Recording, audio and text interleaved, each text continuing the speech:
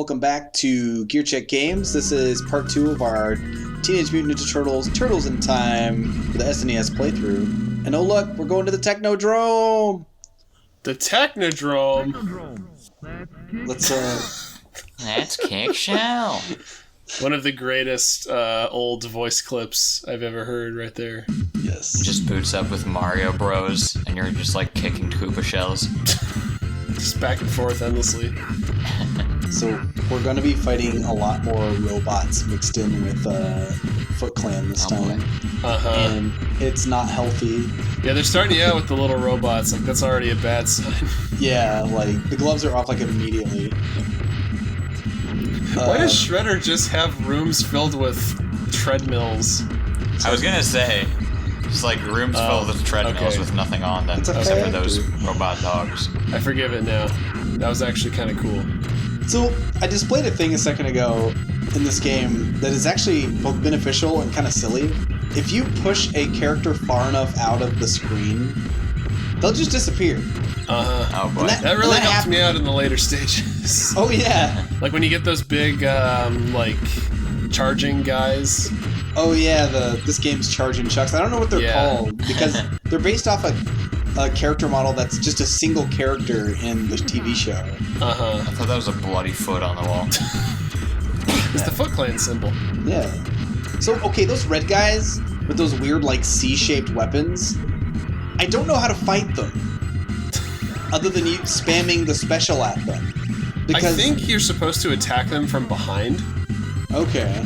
Possibly. Don't quote me on that. Well, like, I just hit him with my aerial foot attack there. Tonight on the Shredder Network. Yeah, right? When you get to him, he does this stupid laugh, too. That's really endearing. God, I had no idea Shredder was such a fan of Andy Warhol. So here's, oh, God. Taka and Rhaegar. The first double boss that you'll see in this game. Yeah, weren't these guys introduced in the second live-action movie? Yeah. So, like I was saying off camera, I don't know the word, off audio, off the air. These guys, like, this game is kind of a mix of, like, the cartoon, the comics, and the movie. It's like you get a little bit of references to everything. So it's kind of like a who's who of TMNT villains and locales. I like that turtle's nose. Yeah. He kind of looks like Gamera, but with like a Groucho Marx nose. Yeah, I see it. There's supposed to be a fox and a snapping turtle. I love that though. I know. It's adorable. I've been playing too much Metal Slug. I was like, collect the fox. Thank you.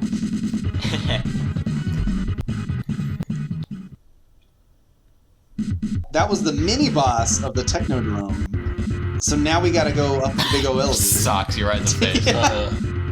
Also, how nice is it that Shredder leaves us this pizza to snack on when we get weary? I feel like part of him, like he gets a call on the codec from Otacon. The elevator's not moving. That's strange. Who would be the Otacon of the Ninja Turtles? Well, probably just Donatello. I feel like it would be... No, April would be Meryl. Oh, for sure. April can handle it. Would all the turtles just collectively be Snake? I feel like Otacon would be... Is Donatello the nerdy one? Yeah. And then Leonardo would definitely be a Solid Snake. No, I like the idea of all of the turtles just being Snake. We need to get some of like the news crew people as like the contacts. Oh yeah. This world's only big enough for 4 snakes. 4 snakes. I mean, by the end of the series. Oh yeah. There's our first game over. Yeah. So there's your still from the movie, I guess. Yeah, I think that was based on one of the movie posters for the original movie. So yeah, we're switching turtles. We're gonna be a different turtle. You have to start all the way at the beginning. They don't. I don't think. Wait, do they? Oh no. Oh, okay, you start the elevator. Okay, yeah. Merciful. That's a checkpoint. I was trying to remember. I really like the posing on Donatello. Like he's pretty good. Dude, the sprite work in this game is really good. There aren't many frames, but they're all like really well chosen. Like they kind of make up for like how limited the animation is. Yeah, well, this was an early SNES game too. This is like '92. Yeah, adapted from the arcade. Yeah. Okay, that's another thing. Like talking about games from Konami. I haven't played too many on the Super Nintendo, but one that I played fairly recently was Super Castlevania 4.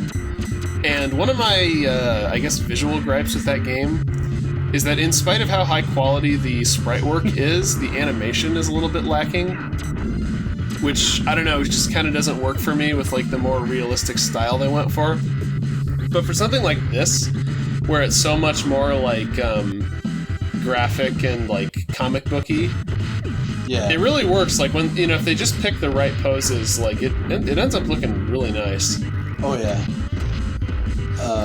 So this is kind of just I feel like oh, go ahead. like Metal Slug is like unrealistically good animation for an arcade game. Yeah. But this is like realistically, I'd say it's like the upper end of the realistically like good animation for an arcade game.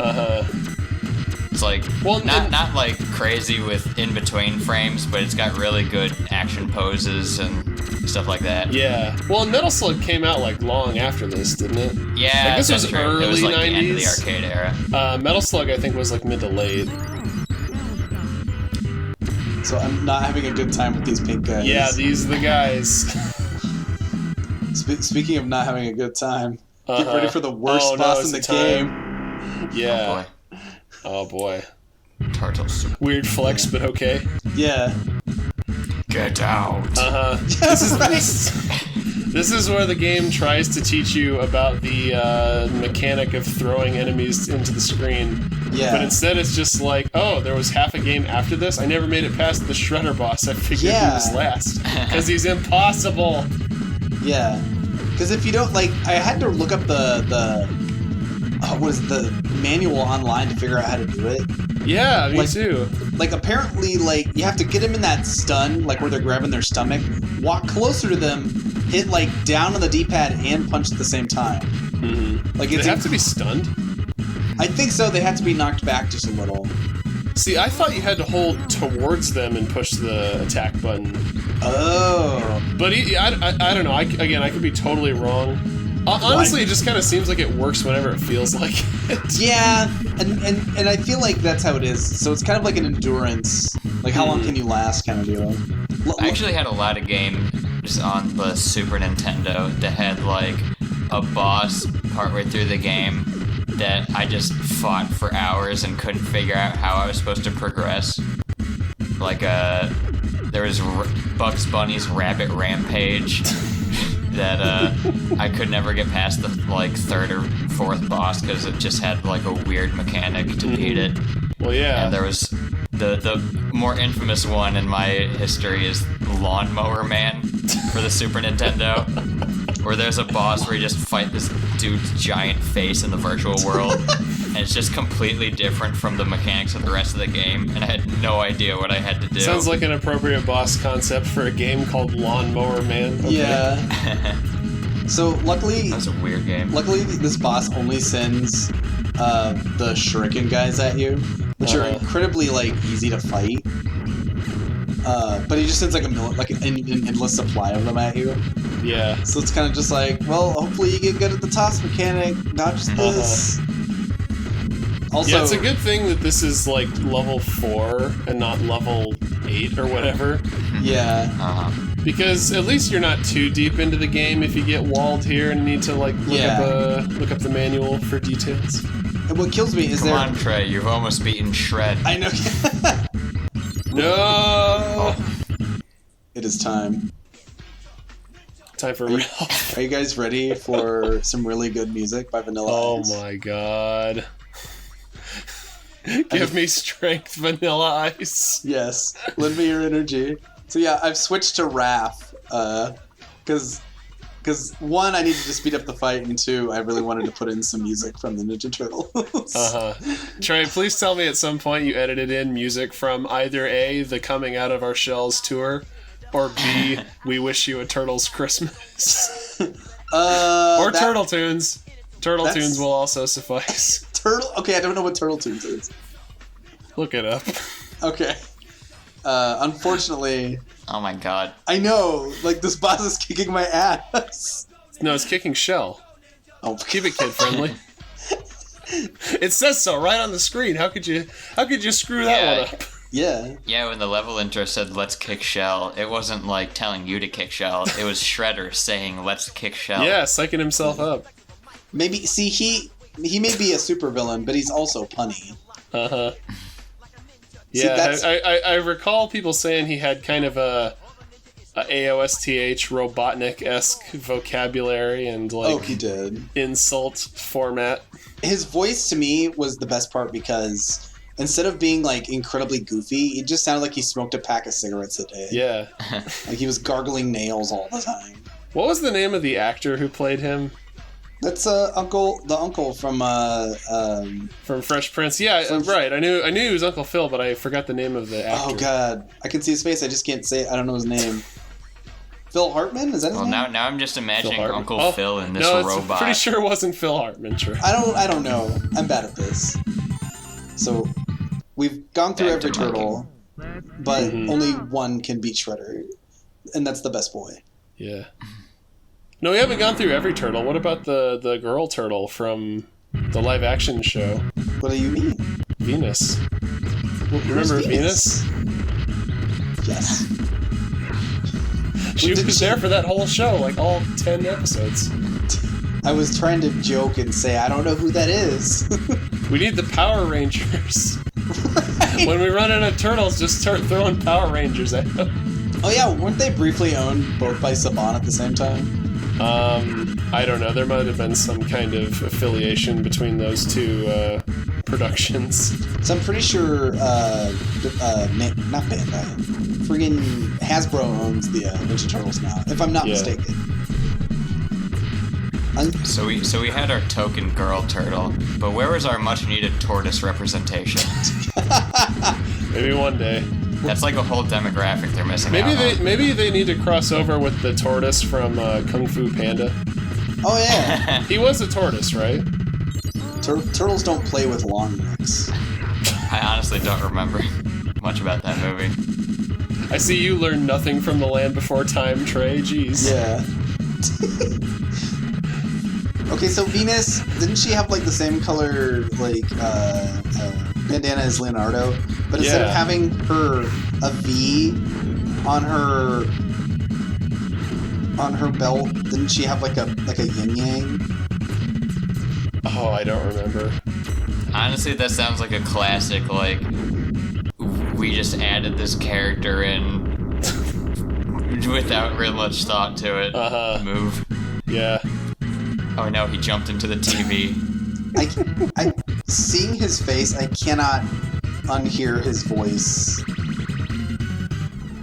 from the TV show. So now this is where the time comes in. Yeah, it was a twist. Spoiled by the title. Right. I thought it was called Turtles in Time because they made it on time to the Big Apple at 3 a.m. I mean, that city never sleeps. You're always on time. Our usual meeting time, 3 a.m. Well, next time we'll see where the time portal has flung us in time. Oh boy. Not to that future, I hope. You will see we the might future. have to fight some robots. Oh no. Join us next time on episode 3, the Technodrome, but like slightly in the future. Just 5 minutes in the future. Yeah. This isn't any different. Shredder, you damn fool. He looks in the window of the Technodrome and he sees himself leaving. And he's like, ooh, man, I could have done better in that fight. All right, until then, bye. Bye.